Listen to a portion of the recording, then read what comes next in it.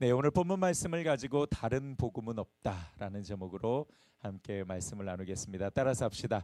다른 복음은 없습니다. 세상 사람들은 기독교를 외골수라고 하기도 하고요. 그리고 이기주의 종교라고 비판하기도 합니다. 왜 그러냐면 다른 종교에는 구원이 없고 오직 기독교에만 구원이 있다라고 주장을 하기 때문이죠. 하지만 그것이 사실인 걸 어떡합니까? 다른 종교에는 구원이 없습니다. 하나님께서 예수 그리스도 외에 다른 구원의 길을 주신 적이 없으니까요. 종교 그 자체는 우리가 그냥 인간적으로 인정은 해줄 수 있어도 구원은 절대로 양보할 수 없습니다. 어떤 사람은 구원을 이렇게 표현을 해요. 구원이란 마치 산의 정상에 오르는 것과 같다. 즉 산의 정상에 오를 때 한 길만 있는 것은 아니고 여러 길이 있는 것처럼 구원에 이르는 길도 한 길만 있는 것이 아니라 여러 길이 있다라고 이야기하기도 합니다. 그러니까 어떤 길로 가든 그 길에서 낙오하지만 않는다면 같은 구원에 이르게 될 거라고 이야기하는 겁니다. 굉장히 설득력이 있어 보이죠. 다시 말하면 우리가 믿는 하나님이나 또는 자기네들이 믿는 신이나 다 똑같은데 이름만 다를 뿐이다. 원불교에서는 이렇게 표현하기도 해요. 배다른 여러 자식이 한 아버지의 자식인 줄 모르는 것과 같다라고 이야기합니다. 굉장히 그럴싸하죠. 이것을 다원주의, 구원 또는 종교 다원주의라고 이야기합니다. 그러니까 종교 다원주의는 모든 종교에는 그 나름대로의 진리와 구원이 있다라고 이야기를 하고 인정을 하는 거예요. 다른 종교에서 뭐라고 말하든 상관이 없는데 문제는 기독교조차 점점 종교 다원주의에 물들어 간다는 것이 문제입니다. 여러분 에큐메니컬 운동이라고 혹시 들어보셨습니까? 아마 여러분들에게는 WCC가 훨씬 더 가깝게 다가올 거라고 생각이 들어요. 교회 일치 운동이라고 불리는데 이 에큐메니컬 운동은 사실 기독교에서 맨 처음 출발했습니다. 1910년 세계 선교 대회를 계기로 교파를 한번 좀 모아보자. 우리가 너무 많이 흐트러져 있으니까 이 교파를 좀 하나로 모아보자, 연합해보자라는 계기로 운동이 일어났다가 2차 대전 때에 중단됐습니다. 그러다 1948년 150교회가 정식으로 대표를 파견해서 세계교회협회라는 WCC의 이름으로 이 에큐메니컬 운동이 다시 결성된 겁니다. 오늘날에는 330여 개의 교파가 여기에 소속되어 있는데 우리나라에도 역시 많은 교파들이 이 WCC 그러니까 에큐메니컬 운동을 지지하는 이 협회에 가입되어져 있죠. 대표적으로는 대한예수교 장로회 통합 측이 가입되어 있습니다. 한편 로마 카톨릭도 1964년에 이 에큐메니컬이라는 용어를 공식적으로 사용하면서 본격적으로 이 운동에 참여하기 시작했습니다. 기독교에서 시작했지만 사실 이 에큐메니컬 운동은 카톨릭에서 더 많은 영향력을 가지고 아우르기 시작했습니다. 이슬람부터 시작해서 불교, 유대교, 통일교 할 것 없이 모든 종교가 평화라는 일치 아래 하나로 모이게 된 것입니다. 그러다가 1986년 10월 27일 성프란체스코 성당에는 150여 명의 종교 지도자들이 한 곳에 모이는 매우 획기적인 사건이 일어나서 당시에 많은 매스컴들이 주목하기도 했었죠. 모이는 것까지는 좋았는데 서로 뭉치려다 보니까 하나의 문제가 생기기 시작한 거예요. 다른 종교를 포용하고 끌어들여야 되니까 또 다른 종교도 종교로 인정해야 되다 보니 그 종교가 가지고 있는 교리도 인정을 해야 되잖아요. 그러니까 기독교에만 구원이 있다라고 한다면 다른 종교가 어떻게 나오겠습니까? 니네만 구원이 있냐? 우리에도 구원이 있는데 또 그거 인정 안 해? 그럼 나 안 해. 이렇게 되니까 어쩔 수 없이 다른 종교에도 구원이 있다라고 인정을 하기 시작한 거죠. 그러다 보니 카톨릭에서 종교 다원주의를 그냥 받아들이게 된 겁니다. 다른 종교에도 구원이 있다라고 인정을 해버린 거죠. 그런데 너무 아쉬운 것은 이 에큐메니컬 운동의 산물인 WCC가 가톨릭의 에큐메니컬 운동에 동참을 해버린 거예요. 그러니까 원조가 나중에 시작한 그 협회에 포함되어 버린 겁니다. 그래서 에큐메니컬 운동은 가톨릭과 개신교 그리고 다른 종교의 연합 모임이 되어버렸어요. 문제는 이 가톨릭이 다른 종교에도 구원이 있다라고 인정을 했기 때문에 그 WCC에 가입한 다른 기독교 단체들도 결국 그것을 인정할 수밖에 없게 된 것이죠. WCC의 종교 간 대화를 담당하고 있는 더크몰더라는 의원장이 있는데 이 의원장이 이런 이야기를 합니다. 당신은 불교나 힌두교인이 그리스도를 믿지 않고도 구원받을 수 있다고 생각하십니까? 라는 질문에 물론이죠 라고 대답을 한 게 매우 큰 쇼크로 발생했습니다. 그는 이렇게 이야기합니다. 만일 나에게 참된 증거의 가장 큰 방해거리였던 한 가지 요인을 골라내라고 요청한다면 나는 어떤 그리스도인이 그리스도에 대해 절대적 주장들이 그것이라고 말할 것이다 라고 이야기를 합니다. 그러니까 다시 말하면 기독교인들이 이야기하는 자신들에게만 구원이 있다라는 그 주장이 우리 운동의 가장 걸림돌이라고 이야기를 하고 있다라는 거죠. 5년 전에 우리나라 부산에서 WCC 총회가 열렸었습니다. 여러분 기억하시는지 모르겠어요.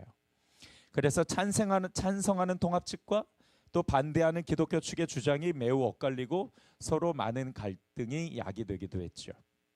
WCC를 찬성하는 측에서는 가톨릭과의 연합은 인정하지만 종교 다원주의는 인정하지 않는다라고 이야기를 합니다. 근데 이게 말이 안 되는 거예요. 그 WCC의 에큐메니컬 운동을 같이 하려면 다른 종교가 가지고 있는 구원도 인정을 해야만 같이 연합할 수 있는데 어떻게 하나는 하고 하나는 하지 않겠습니까? 그거는 말이 안 되죠.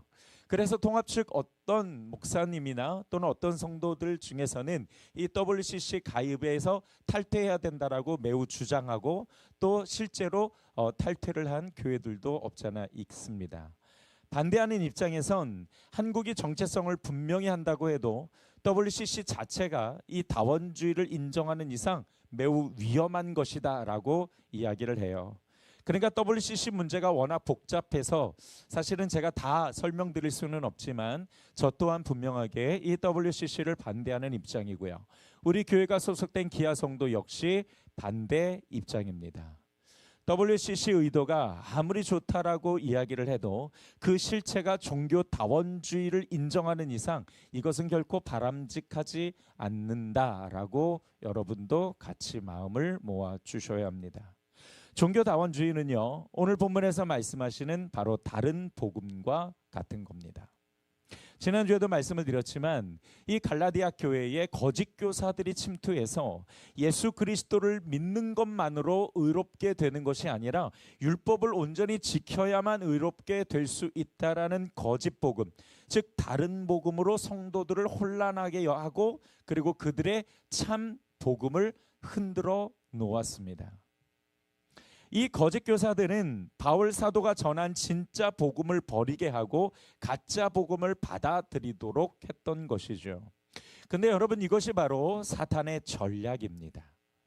1세기부터 3세기에 그리스도인의 믿음을 빼앗으려고 온갖 핍박과 고난을 다 주었죠. 근데 그때 바로 기독교인이 가장 많이 생겼습니다. 폭발적으로 늘었어요.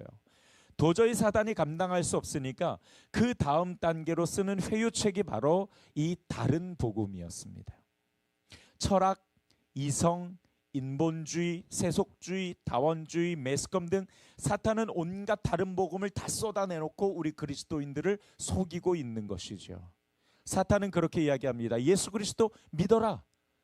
잘 믿어야지. 그런데 다른 복음에도 한번 귀를 기울여봐. 이거 굉장히 좋다라고 유혹하는 것이죠. 하지만 분명히 성경에서 말씀하시는 것과 같이 다른 복음은 없습니다. 하나님께서 예수 그리스도 외에 다른 구원의 길을 주신 적이 없다는 거죠. 분명히 사도행전 4장 12절에 다른 이로서는 구원을 얻을 수 없나니 천하 인간의 구원을 얻을 만한 다른 이름을 우리에게 주신 일이 없음이니라라고 분명하게 말씀하셨습니다. 하나님이 다른 이름, 그 구원받을 길을 주신 적이 없는데 어찌 다른 종교에 구원이 있다라고 우리가 양보할 수 있겠습니까? 우리가 그것을 인정해 줄 수는 없어요. 아무리 우리가 외골수고 아무리 우리가 이기적이란 이야기를 들어도 이 구원의 길이 다른 종교에 있다라고 인정해 줄 수 없다고요.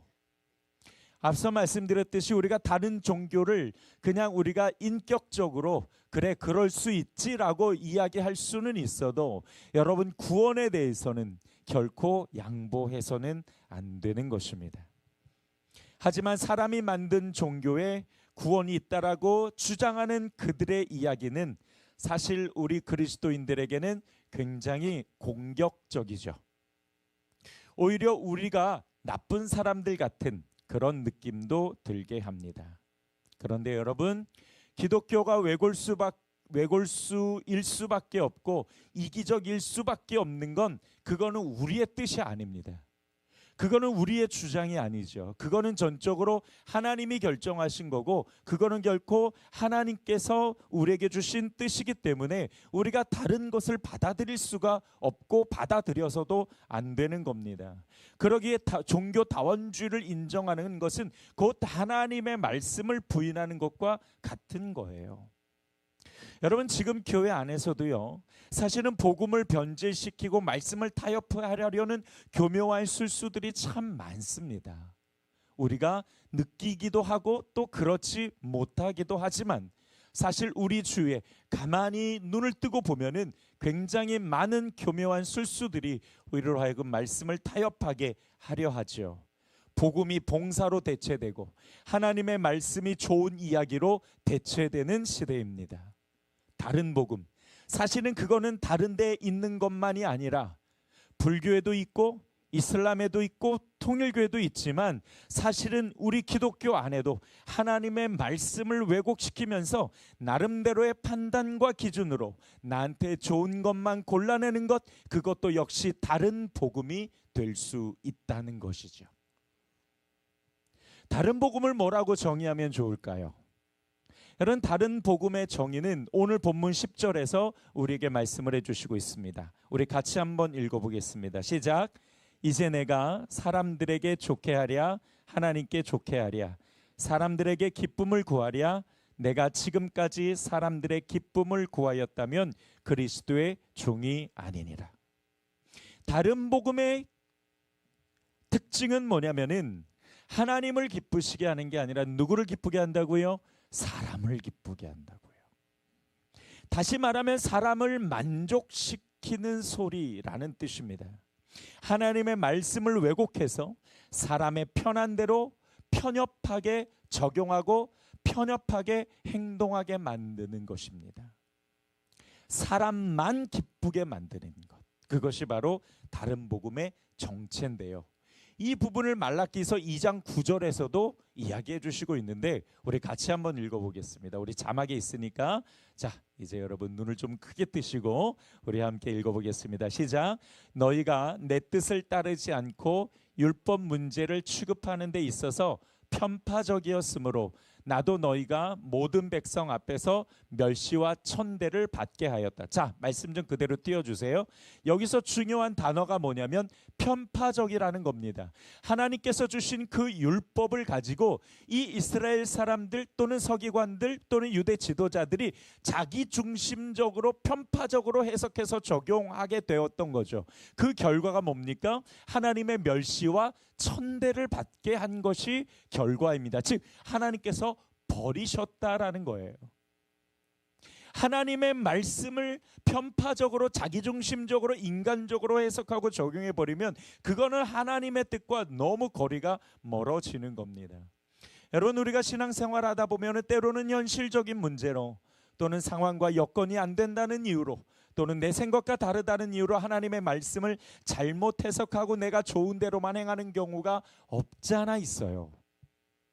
그것이 인간이기 때문에 한계이기도 하고, 그것이 우리의 인간의 불완전한 모습에서 나오는 사실 죄성이기도 합니다. 그것도 역시 우리는 인정해야 되지만, 그렇기 때문에 우리가 조금 더 눈을 크게 뜨고 하나님께서 주시는 그 말씀이 우리에게 어떻게 적용돼야 되고 우리에게 어떻게 해석되어야 되는가를 우리가 잘 받아야 한다라는 것이죠.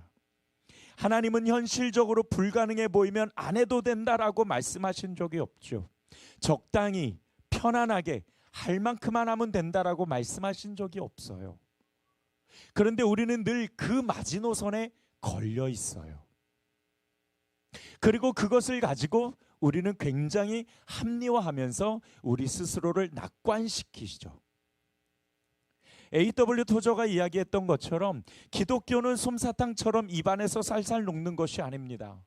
질긴 고기를 먹는 것과 같습니다 라는 표현이 저에게는 참 중요한 신앙의 모토가 되었습니다. 하나님의 말씀은 사실 있는 그대로 우리가 인정하고 믿고 행해야만 되는데, 이것이 타협되기 시작하면은 하나님의 말씀이 아니라 다른 복음으로 변질되기 때문입니다. 그래서 참 두렵기도 하고, 그래서 이 말씀을 전하는 저는 사실은 굉장히 떨리는 마음으로 여러분 앞에 설 수밖에 없는 거예요. 재밌게 전하고도 싶고 졸리게 만들고 싶지 않습니다. 저에게 그런 은사가 있을지언정 사실은 그렇게 만들고 싶지 않아요. 그럼에도 하나님의 말씀 앞에 섰을 때는 제가 굉장히 두렵고 떨리는 이유가 바로 그 다른 복음의 말라기 2장 9절에서 말씀하시는 바로 그 말씀의 경계 때문입니다. 자, 그렇다면 우리가 이 다른 복음을 어떻게 경계해야 될까요? 우리가 이 다른 복음에 빠지지 않기 위해서 우리가 어떤 적용점을 가져야 될지 우리 두 가지만 함께 나누고 마치도록 하죠. 첫 번째로 복음과 말씀에 근거한 신앙을 세워야 합니다. 따라서 합시다. 복음과 말씀에 근거한 신앙을 세워야 한다. 여러분, 설교가 재미없어서 죄송합니다. 네, 그렇지만 말씀이 우리에게 주는 그대로 정말 어쩌면 그 생생하고 또는 좀 날 것과 같은 것이기 하더라도 여러분, 우리가 조금 이 딱딱한 말씀을 소화할 수 있는 그러한 자생력을 또 가졌으면 좋겠고요. 이 말씀이 우리에게 있어서 사실은 좀 어렵기도 하고 또 때로는 좀 힘들게 다가올지라도 오늘 이 말씀 앞에 우리가 바르게 설 수 있는 저와 여러분이 되기를 주님의 이름으로 축복합니다. 자, 하나님 말씀보다 중요한 것은 없어요. 하나님의 말씀이 그렇다고 하시면 그렇다고 믿고 받아들이는 것이 신앙의 절대적인 순위이죠. 세상이 뭐라고 하든 내 생각이 어떻든 중요한 건 하나님께서 우리에게 뭐라고 말씀하시는가, 그 본질을 우리가 깨닫고 그 함의를 우리가 발견해 가야 되는 겁니다. 그래서 우리의 신앙의 근거가 나의 생각이나 어떤 세상의 판단 혹은 세상의 기준이 아니라 하나님의 말씀이 모든 것의 근거가 되어야 하죠. 우리는 이 작업을 끊임없이 해야 된다는 겁니다. 이게 여러분 한꺼번에 다 완성되어지는 것이 아니라 서서히 그리고 차근차근 완성되어지는 거죠. 우리는 모두 개인의 관점이라는 게 있고 나름대로 사상이 있고 세계관을 가지고 있습니다. 근데 이 모든 것들이 다 세상에서 배우고 우리가 후천적으로 경험한 것들이죠. 그러다 보니 하나님의 관점과 말씀의 근거가 참 부족하다라는 생각을 많이 해요. 저도 여전히 이 인생을 하나님의 말씀을 근거로 해석하고 그리고 이 인생을 통해서 우리에게 계획하시고 또 우리를 이끌어 가시는 그 하나님을 제가 깨달으려고 정말 많이 애를 쓰고 연구하고 기도하고 또 묵상을 하지만 참 어렵고 쉽지 않습니다. 그런데 여러분, 우리에게 있어서 그런 부족한 점이 잘못이 아니죠. 그거는 그럴 수밖에 없고 우리의 본질이 그래요. 연약하고 부족하고 근거가 별로 없습니다. 그러니까 지금부터라도 우리가 하나님 나라의 관점을 가지고 살아가기 위해 도전하고 노력을 멈추지 말아야 한다라는 겁니다. 노력이라는 건 우리 힘으로 해보자는 구호가 아니라 전적으로 성령의 도우심과 인도하심을 받아 나의 관점을 하나님 나라 관점으로 바꾸려고 우리가 애쓰고 도전이 필요하다라는 걸 말씀드리는 거예요. 요즘 새벽 설교에 민수기를 하고 있는데요. 이 민수기를 보게 되면 광야 생활을 시작한 이스라엘 사람들이 어느 날 원망과 불평을 하기 시작해요. 그 이유가 뭐냐면 이집트에서 먹던 고기와 음식이 생각나서 그랬던 겁니다. 사실 이스라엘 사람들은 불편한 게 하나도 없었어요. 40년간 광야 생활을 하면서 신발이 해지지도 않고 옷이 해지지도 않고 더군다나 날마다 먹을 양식도 하나님이 하늘에서 내려주셨죠. 여러분, 그 만나에는 어떨까요? 하나님께서 내려주신 이 만나는 제가 생각할 때는 완벽한 그 몸의 건강의 균형을 이룰 수 있도록 다 좋은 건 다 들어갔을 것 같아요. 그래서 그것만 먹어도 충분히 몸의 건강을 유지할 수 있을 거라는 분명한 확신이 있어요. 하나님이 주신 건데 얼마나 완벽한 음식이겠습니까? 그런데 이 사람들은 그것이 싫었던 거예요. 사람이 가지고 있는 습관과 과거의 경험, 그것이 하나님이 공급해 주시는 것조차 만족하지 못하게 만든다라는 거죠. 우리 인간이 가지고 있는 습성과 죄성이라는 게 그렇게 만드는 거예요. 그러니까 우리가 그것을 가지고 있는 이상 우리가 우리의 연약함을 인정하는 것도 중요하지만 거기서 멈추지 않고 끊임없이 하나님의 관점으로 세상에 학습되어져 있는 후천적인 배움을 가지고 우리가 살아가는 것이 아니라 하나님의 관점으로 자꾸 우리 스스로 바꿔가고 하나님 나라의 말씀을 가지고 우리의 삶을 해석하고 우리의 삶을 살아내는 그런 노력들과 도전들이 우리에게는 끊임없이 필요하다라고 말씀을 드리는 겁니다. 만약에 우리가 지금 이 모습 그대로 아무것도 하지 않고도 하나님 나라가 완벽하게 준비된 상태라면 얼마나 좋을까요? 그냥 편한 대로 살면 되는데, 하지만 하나님은 여전히 우리를 말씀으로 만들어가기를 원하신다라는 겁니다. 사람의 본능과 성령의 움직임은 항상 부딪혀요. 그런 상황에서 내가 무엇을 선택해야 될지 알기에 우리는 부담을 끌어안는 거고 여전히 말씀과 씨름하는 이유가 거기에 있죠. 이것이 그리스도인의 삶이에요. 그냥 여러분 끊임없이 갈등하고 끊임없이 도전하고 끊임없이 나의 관점을 하나님 나라의 것으로 바꾸는 것에 도전하고 또 도전해서 지금보다 더 성숙해지고 변화되고 하나님의 형상을 닮아가는 그 도전을 여러분 멈추시면 안 된다라는 거예요. 이것이 우리의 힘만으로 되는 것은 아닙니다. 성령의 도우심과 또한 더 나아가서 우리가 하나님을 바라보고 그 말씀의 절대성을 인정하면서 우리들이 한 걸음 한 걸음 나아가는 것이 참으로 중요하죠. 사실은 여러분, 우리 그리스도인들의 운명이 그거예요. 그렇게 살라고 우리에게 인생을 주신 거고, 그래서 때로는 이 인생이 고달프기도 하고 때로는 기쁘기도 하고 또 때로는 힘들기도 하고 또 때로는 감동스럽기도 하고 때로는 고난도 있지만 때로는 은혜도 있는 거죠. 그 모든 것들이 만들어져서 협력해서 하나님의 선을 이루게 되는 것이 성경이 우리에게 말씀해 주시는 완성점입니다. 따라서 합시다. 모든 것이 협력하여 선을 이루느니라. 여기서 모든 것이라는 것은 우리가 경험하는 우리의 인생의 전부를 이야기하는 거예요. 그 모든 것을 통해서 우리로 하나님의 선한 길로 이끌어 가시고 만들어 가신다라는 거죠. 우리 인생을 말씀 위에 세우고 말씀으로 만들어지고 말씀으로 바꿔갈 수 있는 성숙한 그리스도인이 되기를 주님의 이름으로 축복합니다. 마지막 두 번째로, 사람을 기쁘게 하는 말을 우리는 경계할 수 있어야 합니다. 하나님의 말씀은 사람을 기쁘게 하려고 주신 것이 아니에요. 오히려 하나님을 기쁘시게 하라고 주신 것이죠. 하나님을 기쁘시게 한다라는 것은 뭐냐면 하나님의 말씀으로 우리가 만들어지면서 하나님의 형상을 회복해 가는 것. 그럴 때 하나님께서 기뻐하신다라는 거죠. 그 하나님의 기쁨이 내게도 충만할 때에 우리가 성령의 충만함과 하나님의 통치가 우리 안에서 이루어질 수 있는 것입니다. 내가 듣기에 좋은 말씀, 내게 만족스러운 말씀, 나에게 맞는 말씀, 여러분, 그게 다 잘못된 건 아니에요. 그런 것도 분명히 있지만 그런 것만 주장하고 들으려고 하는 것은 우리가 지양해야 될 부분이라는 거예요. 때로는 아프기도 하죠. 말씀은 때로는 위로가 되기도 하고 또 때로는 불편하기도 하고 또 때로는 내게 아, 맞아, 내가 깨달은 말씀이 저거야라고 동의하기도 하고, 때로는 속상하기도 하면서, 때로는 그 말씀 때문에 내가 감사하고 찬양하기도 하고, 때로는 말씀 앞에 억지로 무릎 꿇고 기도하면서, 때로는 성령의 도우심과 역사하심으로 인해서 나를 내려놓는 게 신앙의 모습인 거죠. 때로는이라고 말씀을 드렸습니다. 듣고 싶은 말씀보다 들어야 될 말씀을 기쁘게 듣는 성도들이 되기를 다시 한번 주님의 이름으로 축원드립니다. 하나님의 말씀은 내 감정과 생각, 내 상황이나 편견과 아무런 상관이 없어요. 하나님의 말씀은 하나님을 기쁘시게 하는 존재가 될 수 있도록 우리를 만들어 가시기 위해서 주셨다라는 것이죠.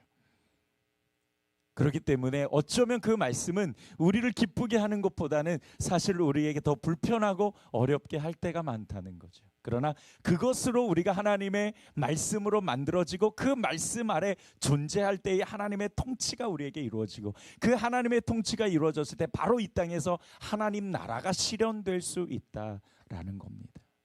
여러분, 우리가 앞으로 가야 될 하나님 나라, 거기에는 하나님의 말씀 외에는 아무것도 존재하지 않습니다. 하나님을 예배하는 것 외에는 아무것도 존재하지 않습니다. 하나님을 찬양하는 것 외에는 어떤 것도 존재하지 않아요. 오직 하나님만이 절대이시고, 오직 하나님만이 가장 유일하신 신으로서 존재하고 계시고, 우리는 그 아래서 통치 아래 하나님의 은혜와 사랑과 영생을 누릴 수 있게 되는 거거든요. 그리고 그 말씀의 그 통치하심이 이 땅에서도 이루어질 때 비로소 우리는 작은 천국을 경험해 갈 수 있는 거잖아요. 하나님의 말씀보다 중요한 것은 없다. 다른 복음이 우리 안에 존재하지 않도록, 여러분, 오직 하나님의 말씀 그 진리를 우리 안에 새겨 넣을 수 있기를 주님의 이름으로 축복합니다. 정리하겠습니다. 다른 복음, 우리가 경계해야 될 부분입니다. 결코 다른 복음에 빠지지 않도록 우리가 말씀으로 깨어있고 말씀 중심의 삶을 살아갈 때에 우리 주위에 있는 많은 세속적인 것과 세상에 있는 것들이 나로 하여금 하나님의 그 진리와 하나님의 그 복음을 빼앗으러 가려 하지만, 사단이 우리를 공격하고 유혹해서 하나님의 진리를 흐트러뜨려 하려고 하지만, 그러나 우리가 다시 한번 이 말씀과 진리를 굳게 잡아 하나님의 통치 아래 머물면서 하나님 나라를 경험할 수 있는 저와 여러분, 우리 새한교회가 될 수 있기를 주님의 이름으로 축복합니다. 기도하시겠습니다. 좋으신 아버지 하나님, 오늘도 우리에게 귀한 은혜를 베풀어 주시고, 이제 오늘 말씀을 통해서 우리의 세상 밖에 그리고 내 안에, 때로는 우리 교회에 존재할 수도 있는 다른 복음을 우리가 경계하면서 우리 스스로 오직 말씀에 의해 만들어져 가고, 그리고 사람을 기쁘게 하는 말을 경계하면서 오직 우리가 하나님의 말씀으로 만들어지며 하나님을 기쁘시게 하는 말씀이 내 안에 존재할 수 있도록 성령께서 우리를 굳게 붙잡아 주시옵소서. 감사드리고 예수님의 이름으로 기도드렸습니다. 아멘.